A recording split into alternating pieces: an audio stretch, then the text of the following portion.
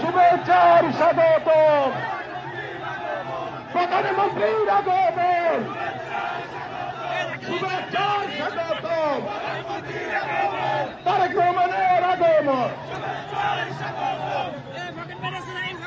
তারেক রহমানের আগমন।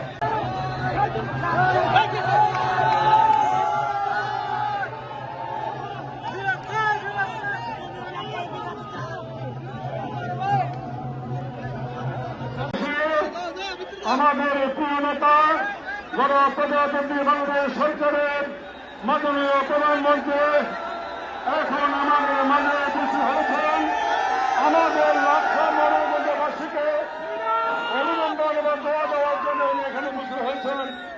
প্রিয় মাননীয় প্রধানমন্ত্রীকে দৃষ্টি আকর্ষণ করে বলতে চাই, আমাদের একটাই দাবি, আমাদের লাকসামকে জেলা করার জন্য।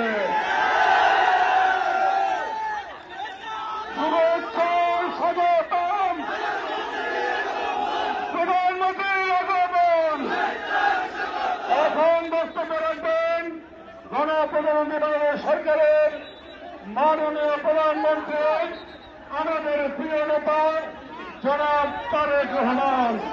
জনাব তারেক রহমান। বিসমিল্লাহির রহমানির রহিম।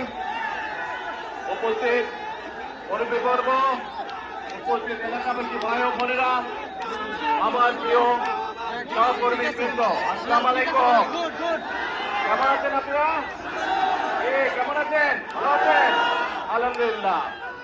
আজকে এখানে বহু মানুষ একত্রিত হয়েছেন আপনারা, সেজন্য আমি থামলাম এখানে, কারণ আজকে আমাদের যাওয়ার কথা চাঁদপুরে।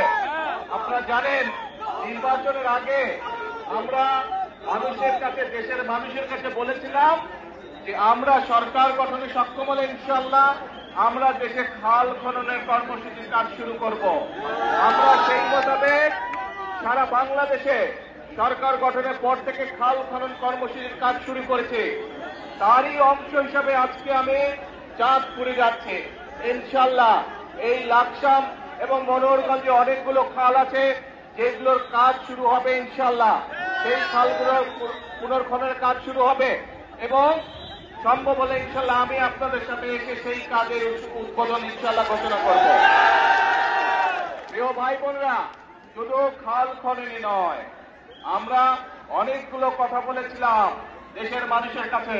তার মধ্যে একটি ছিল ফ্যামিলি কার্ডের কথা আমরা বলেছিলাম।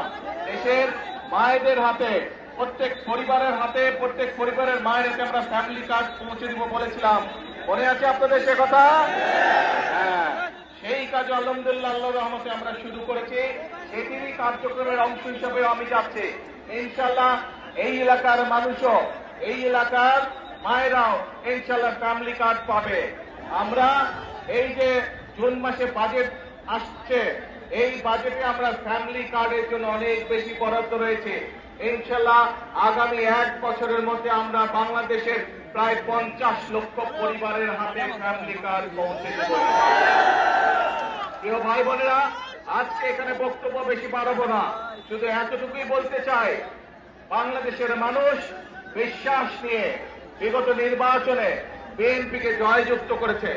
ইনশাআল্লাহ বিএনপি বাংলাদেশের মানুষের সেই বিশ্বাসের মূল্যায়ন করবে ইনশাআল্লাহ। আপনাদের কাছে আমার অনুরোধ, মুরব্বী সহ, মা বোনেরা সহ সকল ভাই বোনদের কাছে অনুরোধ, আপনারা বিএনপির হাতকে শক্তিশালী করবেন। ইনশাআল্লাহ বিএনপি দেশের মানুষের যে সকল কাজ সেগুলো পর্যায়ক্রমিকভাবে সম্পন্ন করবে এবং আমরা আমাদের প্রত্যাশিত বাংলাদেশ ইনশাআল্লাহ গড়ে তুলব ধীরে ধীরে। আজকে এই পর্যন্ত, আরেকদিন এখানে বড় জনসভা করে আমি আসবো, আপনাদের সাথে কথা বলবো। সেই পর্যন্ত আল্লাহ হাফেজ। বাংলাদেশ জিন্দাবাদ।